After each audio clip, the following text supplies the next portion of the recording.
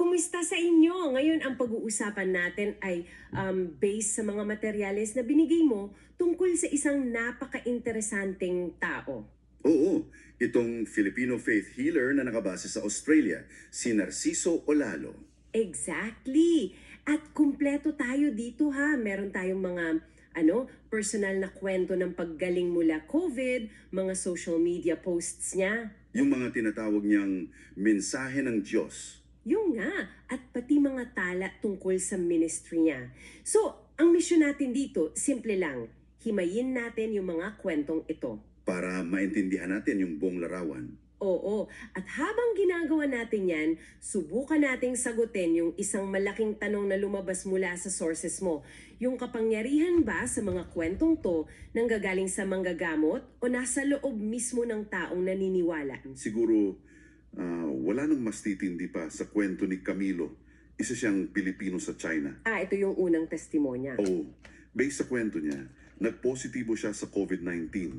Isipin mo yon, 15 araw sa ospital, sunod-sunod na tests. At ang pinakamatindi, mag-isa ka sa ibang bansa. Grabe yung bigat ng sitwasyon niya, no? Talaga? Tapos ayon sa kanya, matagal na niyang sinusubaybayan sa Facebook itong si Kuya Nars, yung si Narciso Olalo. Pero hindi sila magkaibigan. Follower lang. So, sa gitna ng lahat, yung pakiramdam na parang wala ng pag-asa, doon na siya kumapit. Kumapit siya sa pananampalataya kay Jesus Christ at ginawa niyang parang tulay si Olalo. At parang magic, diba? Biglang naging negatibo lahat ng sumunod niyang tests. Pero teka, hindi pa dyan natatapos. Yun yung nakakagulat eh. Kasi kahit nakalabas na siya ng ospital, nasa hotel quarantine na lang, andyan pa rin yung mga residual symptoms. Oo. Yung stress, yung init sa mata niya, at saka yung pamamawis ng kamay. Hindi pa pala tapos yung laban niya. Hindi pa. At dito na nangyari yung direktang koneksyon. Tinawagan na niya. Tinawagan niya si Olalo. At habang nag-uusap sila sa telepono, ilang minuto lang daw ang lumipas. Biglang nawala yung init sa mata niya Nawala agad? at tumigil yung pagpapawis ng kamay. Parang instant relief Grabe yun, no? Galing lang sa boses. mismo. Mula lang sa boses sa telepono. Kaya ang tanong talaga, paano ba to ipinapaliwanag sa mga sources mo? Ano raw ang yung mekanismo nito? Dito na pumatasok yung pinaka-core ng ministry niya. Kasi based sa mga sinulat, yung paggaling nakasandal talaga sa paniniwala ng tao kay Jesus Christ. Si Olalo, isa lang siyang kasangkapan. Instrumento lang. Oo. At may isang quote doon na mensahe raw mula sa Diyos na napakatindi. Boses pa lang ang maririnig nila, gagaling sila. At yan mismo ang nangyari kay Camelo. Eksakto. Pero bukod pa dyan, may practical explanation din si Olalo. Sabi niya, yung stress at depression, documented naman yan, di ba? Pinapahina talaga niyan ang immune system. Totoo yan. So, bali ang ginawa niya sa tawag na yun ay hindi lang pagdadasal. Pinalakas niya yung loob ni Camelo. Inalis niya yung takot, pinalitan niya ng pananampalataya. Okay, may sense yan on a psychological level. Pero kung hanggang dun lang, para lang siyang magaling na spiritual coach. Ang nagbago ng lahat para sa akin ay yung nangyari pagkatapos ng tawag. Yung nakita niya. Yon, may nakita raw si Olalo isang bisyon tungkol sa buhay at bahay ni Camilo. Ulitin natin hindi sila magkakilala, hindi pa sila nagkikita. Imposibleng alam ni Olalo kung saan sa Pilipinas nakatira si Camilo. At yung mga detalye, grabe, hindi yung parang general na hula, di ba? Hindi talaga, sobrang specific. Sige, isa-isahin natin. Una, sinabi raw na yung bahay ni Camilo, bungalow, hindi two-story. Okay, check. Ano pa? Pangalawa, may kubo raw sa tabi ng bahay nila. Wow. Pangatlo, yung layout ng mga kwarto, magkatapat daw, hindi magkatabi. Grabe ang detalye. At meron pa. Pang-apat, malayo raw ang agwat ng edad ng mga anak. At panlima, yung lola pala ng mga bata, yung nanay ng asawa niya, siya raw ang laging nag-aalaga sa bunso. Teka, meron pa. Nakita rin daw niya na si Camilo mismo ay makakalimutin. Oo, may specific na kwento pa yan. Meron. Yung tungkol sa sunglasses na naiwan niya sa isang balon at ang huli may kapitbahay silang balo. Sandali lang. Isipin mo yung level ng detalye. Halos invasive na. Di ba? Oo nga. Kaya maiintindihan mo kung bakit ang isang tao tulad ni Camilo na may sakit na, mag-isa, takot, ay magiging ganap na kumbinsido pagkatapos marinig yung mga yon. Exactly. At dito na natin kailangang pag-usapan yung isang konsepto na binanggit sa mga materialismo. May particular na termino silang ginamit para sa kanya. Oo. Yung dalawang klase ng manggagamot. Yon. Ayon sa isang source, may dalawang klase. Yung una, ang ambularyo, na parang manghuhula lang. Pero yung ikalawa, at dito raw nabibilang si Olalo, ay astral healer. So, hindi lang siya ordinaryong faith healer. Gumagamit yung sources mo ng specific na term, astral healer. Ano ba talaga ang ibig sabihin yan sa konteksto ng ministry niya? Mahalaga yung pagkakaiba. Kasi ang ambularyo, baka mahulaan ng swerte mo. Pero ang isang astral healer, ayon sa mga tekstong ito, ang nakikita niya ay yung ugat ng buhay mo, yung istorya, yung mga kasalanan, pati yung mga parating na pangyayari. So, ang implikasyon, hindi lang pisikal ang panggagamot, kundi spiritual din. Oo, yung mga bisyon tulad ng kay Camilo, hindi yan isang party trick. Inilalatag yan bilang isang diagnostic tool para sa kaluluwa ng isang tao. Paano raw niya nakita yung mga detalye sa bahay ni Camilo? Sinasabi sa sources mo na parang yung spirito niya literal na bumisita sa bahay. Metaphor lang ba to o literal na out-of-body experience? Ayon sa kanila, literal. Sa recording ng pag-uusap nila, sinabi mismo ni Olalo na ginamit ng Diyos ang kanyang espiritu para puntahan yung bahay ni Camilo. Grabe. At yun ang esensya ng pagiging astral healer niya. Yung ideya ng espiritu ay hindi limitado ng espasyo o geografiya. Ang layunin daw nito, ayon kay Olalo, ay para magbigay ng pruweba. Pruweba na hindi matatawaran. Oo, mga detalyeng si Camilo lang ang makakapagkumpirma para yung pananampalataya niya maging buo, hindi na matitinag. At mukhang naging epektibo nga, no? Kasi mula sa isang napaka-personal at specific na karanasang to, lumalawak na yung kwento. May isa pang maikling testimonya dyan, di ba? Si Mark sa Singapore. Oo, nagka-COVID din. Lagnat na 38.9 degrees Celsius habang nasa barko. Tapos isang tawag lang din, pinayuhang uminom ng orange juice kasi walang lemon at agad-agad daw bumaba sa 35 degrees yung lagnat. Parehong-pareho yung pattern. Mabilis, remote at nangyari pagkapapos ng direktang pakikipag-usap. So kung ipasanekta natin to sa mas malaking picture, makikita natin kung paano nag-evolve yung mga claims sa mga materialismo. Mula one-on-one healing, Papunta na sa mga malawakang prediksyon, yung mga mensahe ng Diyos. Dito, hindi na lang buhay ng isang tao ang pinag-uusapan, kundi mga pangyayari sa buong mundo. tama, at dito na lumalabas yung listahan ng mga umano'y natupad na mensahe na may kasamang mga petsa. So lumilipat na tayo mula sa sobrang specific na detalye sa bahay ng isang tao papunta sa malalaking global events. At yan ang isang mahalagang punto sa mga dokumento. Kasi yung mga personal na bisyon, tulad ng kay Camilo, isang tao lang ang makakapag-verify, di ba? Kaya sobrang efektibo sa individual level. Makes sense. Pero yung mga mas malalaking prediksyon, tulad ng mamaya babanggitin natin, Hippos Davao, mas bukas yan sa interpretasyon. So may strategiya. Parang ganon. Patibayan muna yung pananampalataya gamit ang hyper-specific na personal na detalye para mas maging kapanipaniwala sa mga tagasunod yung mga mas malawak at medyo ambiguous na propesiya. Okay, sige. Tingnan natin yung mga halimbawa sa listahan. Una, yung lindol sa Nepal. April 25, 2015 yon.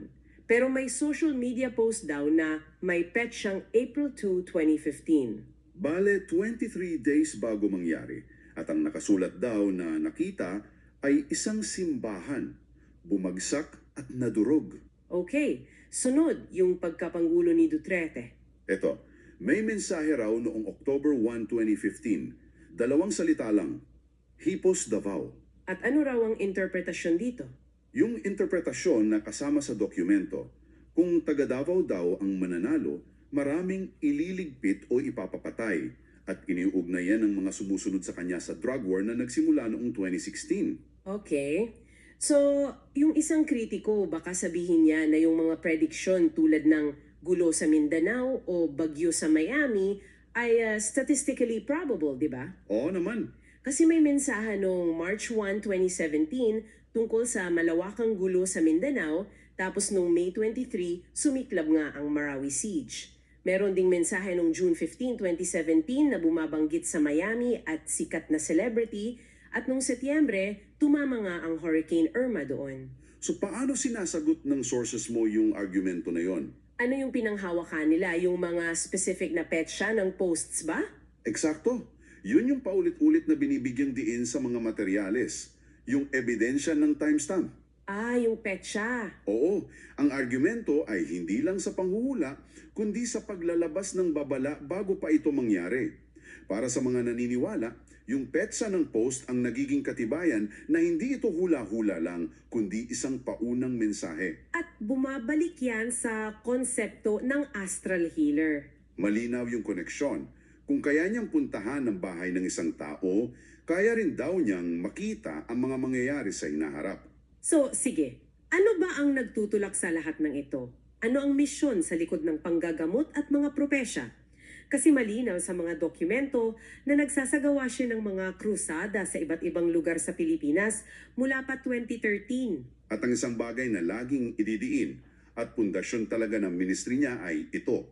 Lahat ng serbisyo ay absolutely free. Libre lahat. Panggagamot, pangaral, pagkain sa krusada, at minsan daw, pati pamasahe ng mga dumadalo ay sagot niya. May isang mensahe raw siyang natanggap mula sa Diyos na nagsasabing, "Please do not sell my words, the word of God." At yan ay isang direktang hamon sa maraming organisasyong panrelihiyon, no? Oo naman. At hindi lang yan, direkta rin niyang hinaharap yung mga kritisismo.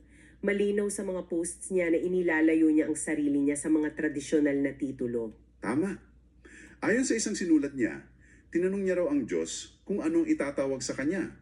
Ang sagot daw ay hindi propeta o messenger. Ano raw? Ang sagot daw ay calling. Calling. Okay, ano ang ibig sabihin yan? Bale, ang interpretasyon niya dyan ay tatawagin lang siya kapag may kailangang iparating.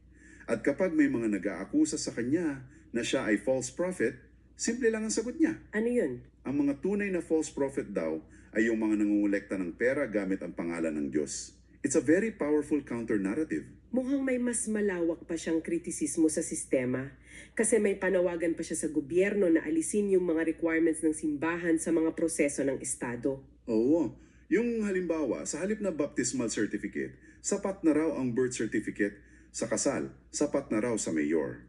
Para sa kanya, paraan daw to para mabawasan ang gastusin ng mahirap. Which brings us to his core philosophy. Kung ang serbisyo ay libre at kinukontra ang sistema, para sa kanya, nasaan ba talaga ang kaligtasan? Magandang tanong. Ano raw ang sagot? Ayon sa isang source mo, malinaw ang sagot. Wala sa simbahan. Ito ay nasa gawa at nasa personal na paniniwala ng isang tao kay Jesus Christ. So, hindi mahalaga kung anong relihiyon mo. Hindi raw yun ang basihan. Ang importante ay yung individual na pananampalataya at gawa ng isang tao. Okay, so para isummarize natin, ang ipinipinta ng mga materyales mo ay isang astral healer, si Narciso Olalo. Ayon sa mga testimonya, nakakapagpagaling siya gamit ang boses at pananampalataya. At yung pananampalatayang yun ay pinapatibay ng mga hyper-specific na vision na siya lang at ang kausap niya ang makakapag-validate. Mula doon, lumalawak ang claim sa mga pandaigdigang prediksyon. At lahat ng ito, nakabalot sa isang ministeryo na libre at direktang kumukwestiyon sa mga tradisyonal na religious structures. Pinakita namin sa iyo yung mga hibla ng kwentong ito mula sa napaka-personal na karanasan ni Camilo sa China hanggang sa mga malalaking prediksyon. Na-unpack natin yung mga konsepto tulad ng astral healer. Ngayon, balik tayo sa tanong natin sa simula. Base sa lahat ng ito, para sa iyo, ano ang kahulugan nito? Ipinakita namin yung mga piraso ng puzzle mula sa sources mo. Ikaw na ang bahalang magbuo ng larawan. At bago tayo magtapos, gusto naming iwan sa iyo ang isang panghuning ideya para pag-isipan. Hango rin mismo to sa isa sa mga mensaheng ibinahagi mo. Sinasabi dito at i-quote ko, "Gaano man siya ka-powerful ang Diyos, ang hindi niya magawa ang baguhin ang damdamin ng bawat isa. Dahil ang makapagbabago nito ang tunay mong paniniwala sa Kanya." Napakalakas na ideya niyan. Binabalik niya yung kapangyarihan sa individual. Eksakto. At ito ang tanong na iiwan namin sa iyo. Kung ang pinakaugat ng lahat ng paggaling at himala na nabanggit sa mga testimonyo ay nakasalalay hindi sa kapangyarihan ng manggagamot, kundi sa sariling paniniwala ng isang tao, anong ipinahiwatig nito tungkol sa kapangyarihang taglay ng bawat isa sa atin? Thank you so much for listening. Upang matuto ng higit pa tungkol kay Narciso Olalo, maaari mong bisitahin ang kanyang website channel sa YouTube at mga social media platforms tulad ng X, Instagram, Pinterest, at marami pang ibang social media links. Maraming tao sa buong mundo ang nagbahagi ng mga patutuo tungkol sa pagpapagaling mula sa cancer, tumor, at iba pang malubhang kondisyong medikal na nagbibigay ng kaluwalhatian sa Diyos sa paniniwalaan nilang ginawa niya sa pamamagitan ng panalangin at pananampalataya. Kadalasan ay walang operasyon o gamot. Meron ding mga salaysay na mga pangyayari na pinaniwalaan ng mga tagasunod na ibinunyag ng maaga kay Narciso Olalo. Gayon din ang mga naitalang pag-uusap kung saan sinasabing inilarawan niya ang mga kwento ng buhay ng mga individual, kapwa't nabubuhay at namatay. Ang mga patutuong ito ay nag-aanyaya ng pampalataya. Kung interesado ka, hanapin si Narciso Olalo online at tuklasin kung ano ang inilarawan ng marami bilang mga mahimalang gawa ng Diyos. Salamat sa inyong oras. Kung mahal mo ang Diyos, mangyaring huwag mag-atubiling ibahagi. Sa actual na mensahe ng Diyos na posting ni Narciso Olalo, mababasa niyo sa Facebook account niya, Narciso Olalo. Maraming salamat.